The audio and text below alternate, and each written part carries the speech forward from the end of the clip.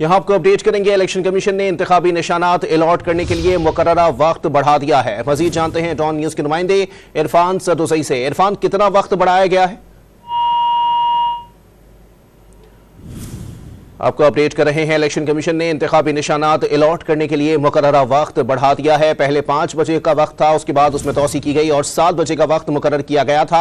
अब 7 बजने के बाद जो है वो 9 बजे का वक्त मुकर्रर किया गया है। आपको अपडेट कर रहे हैं कि इलेक्शन कमीशन ने इंतखाबी निशानात अलॉट करने के लिए मुकर्ररा वक्त बढ़ा दिया है। अहम तरीन खबर से अपने नाजरीन को यहाँ आगाह कर रहे हैं कि इलेक्शन कमीशन ने इंतखाबी निशानात अलॉट करने के लिए मुकर्ररा वक्त बढ़ा दिया है।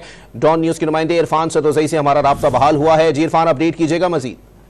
जी, इलेक्शन कमीशन ने अब से चंद लम्हे पहले एक प्रेस रिलीज जारी करते हुए कहा था कि जो सिंबल्स के अलॉटमेंट का टाइम है वो 7 बजे तक है और इससे 1 मिनट भी ऊपर नहीं जाएगा। लेकिन अभी चंद ही लम्हे पहले एक और प्रेस रिलीज जारी करते हुए इलेक्शन कमीशन के तर्जुमान ने कहा है कि जो सिंबल्स के अलॉटमेंट का टाइम है वो मजीद 2 घंटे बढ़ा दिया गया और ये अब जो इसकी आखिरी हद उन्होंने बताई है कि 9 बजे तक है। तो अब उम्मीदवार जिन्होंने सिंबल्स की अलॉटमेंट करवानी है उनके पास वक्त है 9 बजे तक का। और ये अभी की ताजा खबर है। इससे कबल इलेक्शन कमीशन इस बात के ऊपर मुसर था कि वो इस वक्त को आगे नहीं बढ़ाएंगे। पहले उन्होंने 2 घंटे बढ़ाया और उन्होंने कहा कि 7 बजे से आगे नहीं जाएंगे। लेकिन अभी जो ताजा प्रेस रिलीज आई इसके मुताबिक उनका ये कहना है कि जो सिंबल्स की अलॉटमेंट का टाइम है वो 9 बजे तक है।